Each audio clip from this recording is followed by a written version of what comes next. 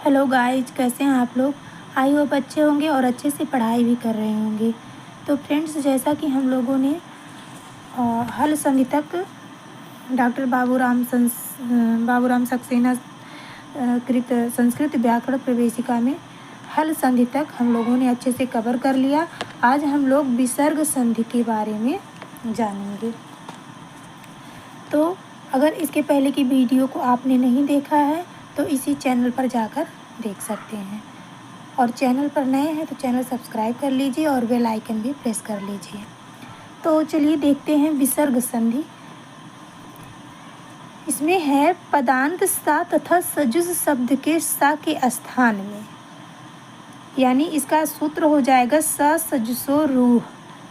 पदांत सा, अगर पद के अंत में दंती सा, ये सा जो है प्रत्यय वाला है, सु और जस, जैसे मतलब ये सा ना हो करके मान लीजिए ये सु है और उससे उ की उपदेशे अजनुनासिक से इत संज्ञा होकर तब जाके ये सा बना है, तो वही सा ये है।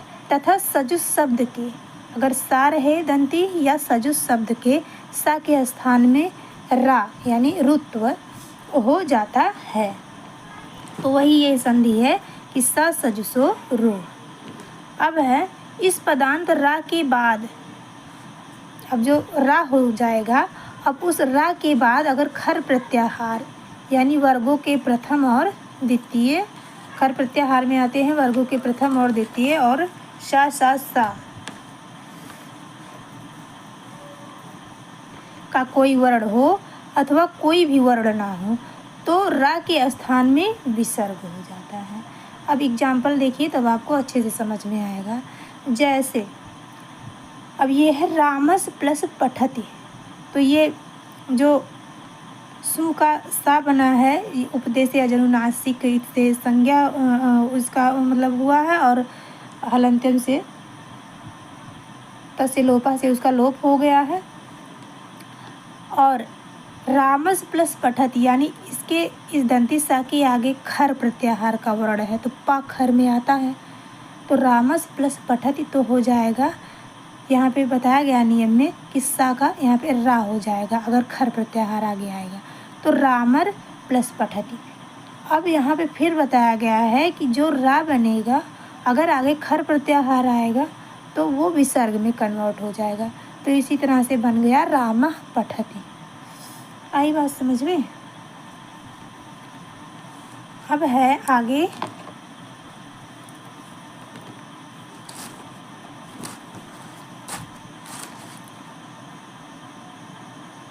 जैसे इसको मैं आपको कॉपी पेन से समझा देती हूँ, आपको अच्छे से समझ में आएगा।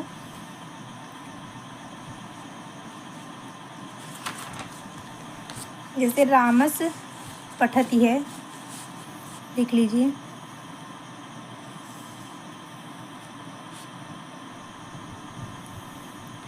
ये है रामस पठति। अब जो है इसका जो है हो जाएगा, ये सही मायने में ये ऐसे ही ये सु है, और इसमें जो ऊ है उसकी उपदेशे अजनुनासिक से इत संज्ञा हो जाएगा, और तस्य लोपा से उसका लोप हो जाएगा, तो ये बनेगा सा। अब इस सा को रू आदेश हो जाएगा, रू। अब इस ये ऐसे रू आदेश होगा। अब इसकी भी उपदेशे अजनुनासिक से इस संज्ञा होकर तस्य लोपा से उसका लोप हो जाएगा, तो यहाँ पे रा बचेगा, तो वही रा है ये। तो जैसे यहाँ पे बनेगा रामर, रामर प्लस पठति ऐसे बनेगा, तो फिर ये इस रा का विसर्ग हो जाएगा, तो बन जाएगा रामः पठति, यहाँ पे हो जाएगा रामः पठति। इसी तरह से ये बना है, इसका कहने का मतलब यही है इस सूत्र का, तो इसी तरह से ये बना है रामः पठति। अब है रामस, अब इसके आगे जो है कोई वर्ड नहीं है, तो यहाँ पे एक सूत्र लगा है खरावसानो विसर्जनीया, तो इस सा का यहाँ पे रा हो जाएगा, और इसके आगे जब कोई वो नहीं है मतलब कोई वर्ड खर का, तो यहाँ पे विसर्ग हो जाएगा, रामः बनेगा। इसी तरह से सजुस है, सजुस है, इसको भी अब सजुस शब्द है तो इसमें भी रू का आदेश होगा, रू से फिर रा बनेगा और फिर रा का विसर्ग होके ये विसर्ग हो जाएगा, इस रा का विसर्ग हो जाएगा। यहाँ भी सूत्र लगा है खरावसानियो विसर्जनीय, यानी खर के यहाँ पे इसके आगे खर वर्ड का कोई मतलब वर्ड नहीं है, तो इसलिए यहाँ पे विसर्ग हो गया। ठीक है, अब आगे है यदि विसर्ग के बाद खर प्रत्याहार के वर्णों में से कोई वर्ण आवे तो विसर्ग के स्थान में सा हो जाता है। अब यहाँ पे अभी तक हो रहा था कि मतलब विसर्ग के यहाँ पे हो रहा था रा का सा हम लोग बना रहे थे। अब यहाँ पे यदि विसर्ग के बाद खर प्रत्याहार के वर्णों में से कोई आवे तो विसर्ग के स्थान में यहाँ पे सा हो जाता है। अब जैसे हरि प्लस चरति, तो ये विसर्ग है और विसर्ग के बाद खर प्रत्याहार का वर्ण है, तो यहाँ पे सा हो जाता है। यही लिखा गया है कि इसके स्थान विसर्ग के स्थान में सा हो जाता है। तो हरिस प्लस चरति, तो यहाँ हो जाएगा हरिस चरति, हरिस प्लस चरति, हरिस चरति। ये कैसे हुआ? इसमें संधि है स्तोह इस्नाश्चु संधि से हरिस चरति बन गया है। अगला एग्जाम्पल है रामः टंकारयति, तो इसमें भी विसर्ग का सा हो गया है और प्लस टंकारयति, तो और इसमें इष्टुनाष्टु संधि सूत्र लग गया है, तो रामस टंकारयति हो गया है। अब विष्णु प्लस त्राता, तो विष्णु त्राता, तो यहाँ भी विसर्ग का सा हो गया है क्योंकि इसके आगे खर का वर्ण है, क्योंकि त्रा जो बना है ता और रा दोनों से मिलकर बना है ना, तो ता खर में आता है, तो इसलिए विष्णु प्लस त्राता तो हो जाएगा विष्णु त्राता। ठीक है, आई होप आप लोग समझ रहे होंगे। अब है और यदि विसर्ग के बाद शा सा सा आवे तो विसर्ग के स्थान में सा विकल्प से होता है। ये विकल्प से होगा, अगर ये सा तीनों मतलब शा इसमें से कोई भी वर्ण आवेगा तो विसर्ग के स्थान में ये सा जो होगा ये विकल्प से होगा, मतलब कोई ज़रूरी नहीं है, होगा भी और नहीं भी होगा। तो हरि ये विसर्ग है, विसर्ग के बाद हरि प्लस शेते, तो हरिस इस विसर्ग का यहाँ पे सा हो गया है, तो हरिस शेते, तो यहाँ पे बराबर हो जाएगा हरिस शेते, स्तोह इष्टुनाष्टु संधि लग के हरिस शेते हो गया और विकल्प से हरिस शेते भी बन जाएगा, मतलब दोनों होगा।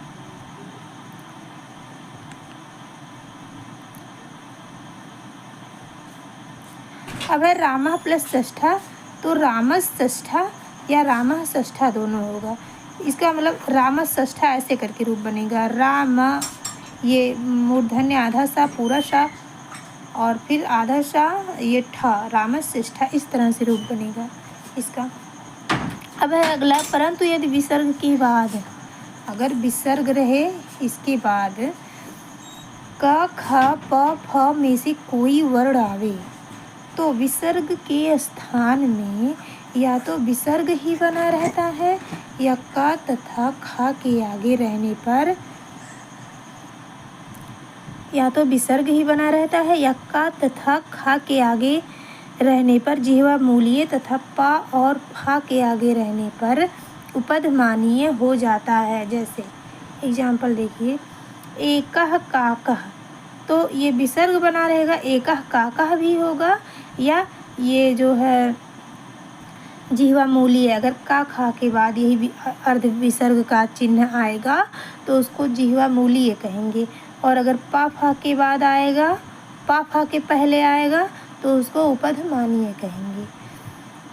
तो एकह काकह बनेगा या एक काकह, ये दोनों बनेगा। इसी तरह से सुधियः पाहि, तो सुधियः पाहि भी बनेगा और सुधी पाहि भी बनेगा।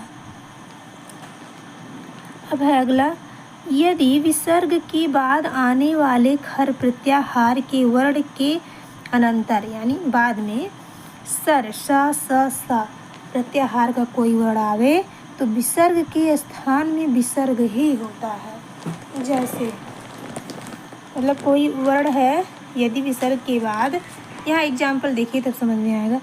कह प्लस तसरु हो तो यहाँ पे हो जाएगा कह तसरु, यानी विसर्ग के बाद आने वाले खर प्रत्याहार। तो खर प्रत्याहार के वर्ण के बाद शर प्रत्याहार का कोई वर्ण आवे तो विसर्ग के स्थान में विसर्ग ही होता है। तो इस तरह से कह प्लस तसरु हो जाएगा कह तसरु। यहाँ विसर्ग के स्थान में सा नहीं हुआ। अब है घना घना घना छोबड़ा, यहाँ छो के पूर्व के विसर्ग को जिह्वा मूल्य ना हुआ। अब क्यों ना हुआ? यहाँ जो ये छा है ये का प्लस सा से बना है, तब जाके ये छा बना है, इसलिए विसर्ग को जिह्वा मूल्य नहीं होगा, क्योंकि आगे का वर्ण है। अब आगे देखिए, अब अगला नियम, ककार आदि खकार आदि पकार आदि फकार आदि धातुओं के पूर्व।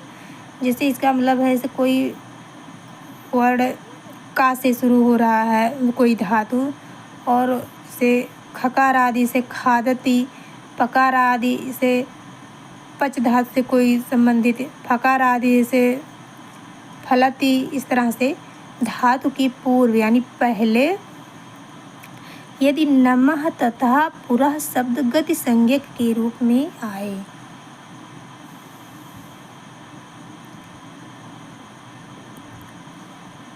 तो इनके विसर्ग के स्थान में सा हो जाता है, किंतु नमः को विकल्प से तथा पुरः आगे अर्थ वाला अव्यय शब्द को नित्य रूप से गति संज्ञा होने के कारण नमः के विसर्ग के स्थान में विकल्प से तथा पुरः के विसर्ग के स्थान में नित्य रूप सा होता है।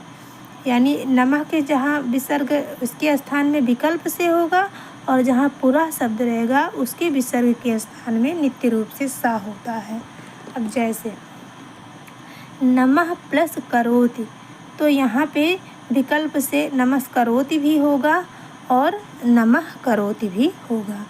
अब अगर पुरः शब्द है पुरः करोति तो इसमें पुरस्करोति ही खाली बनेगा, क्योंकि ये नित्य लिखा गया है, नित्य रूप से सा होता है। इसमें अवश्य विसर्ग का सा होगा क्योंकि ये नित्य है। अब है पुरः यानी नगरियाँ प्लस प्रवेष्टव्या, तो पुरः प्रवेष्टव्या है। यहाँ पर पुरः के विसर्ग के स्थान में सा नहीं हुआ, क्योंकि पुर यहाँ पर अव्यय नहीं है, संज्ञा है, ये संज्ञा है, अव्यय नहीं है इसलिए। अब अगला नियम है,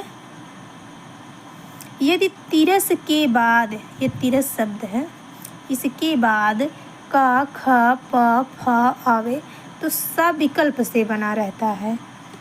जैसे तिरस प्लस करोति अगर आ जाएगा, यानी का खा प फा ये आना चाहिए आगे, तो का इसमें आया है तो हो जाएगा तिरस करोति या तिरह करोति, ये जो है सा विकल्प से बना रहेगा, और ये दूसरा तिरह करोति भी बनेगा, मतलब सा का ये विसर्ग हो जाएगा और ये विकल्प से बना रहेगा तिरस्करोति। अब है अगला नियम, यदि क्रियाभ्यावृत्ति अनेक बार यानी अनेक बार वाचक द्वि त्रि और चतुः क्रिया विशेषण अवयवों के बाद क ख प फ आवे तो विसर्ग के स्थान में विकल्प से सा हो जाता है। जैसे इसको देखिए, जैसे दुहि प्लस करोति, अगर इसके आगे क ख प फ आवे तो हो जाएगा विसर्ग के स्थान में विकल्प से सा हो जाता है, तो द्विष करोति। तो यहाँ पे चूँकि विसर्ग का ये दंती सा होता है तो यहाँ पे दंती सा हुआ है तो द्विष प्लस करोति बना है, और फिर इसका ये बनेगा द्विष करोति या दुहि करोति, यानी विकल्प से सा हो जाता है। ये विकल्प से मूर्धन्य सा वाला भी बनेगा और ये विसर्ग वाला भी बनेगा, दुहि करोति दोनों बनेगा। इसी प्रकार त्रिह प्लस खादति तो त्रिस्खादति ही, त्रिस्खादति भी बनेगा और त्रिखाद भी, दोनों बनेगा। चतुः प्लस पठति तो चतुष्पठति या चतुः पठति दोनों बनेगा। किंतु इसको देखिए, चतुः प्लस कपाला चतुष्कपाला तो चतुः कपाला नहीं, क्योंकि 4 कपालों में बना हुआ अन्न यहाँ चतुः क्रिया विशेषण अव्यय नहीं है, यानी क्रिया विशेषण अव्यय होना चाहिए तभी बनेगा। यहाँ कस का आदेश उच्चा ये वार्तिक है, इस नियम से नित्य सत्व होता है। यहाँ पे ये नियम लगा है, कस का आदेश उच्चा ये वार्तिक, तो इससे यहाँ ये नित्य सत्व होगा, यानी विसर्ग में नहीं बनेगा। अब अगला नियम,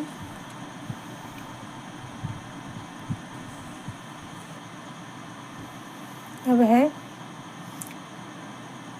तो फ्रेंड्स नियम 32 से हम लोग कल देखेंगे, नहीं तो वीडियो ज़्यादा लेंदी हो जाएगा।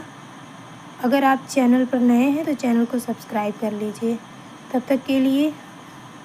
और हाँ, अगर कोई चीज़ समझ में ना आया हो आपको वीडियो में मेरे समझाने पर, तो आप कमेंट के माध्यम से मुझे बता सकते हैं कि इस तरह से इसमें और क्या ऐड करना है। तो तब तक के लिए नमः संस्कृताय।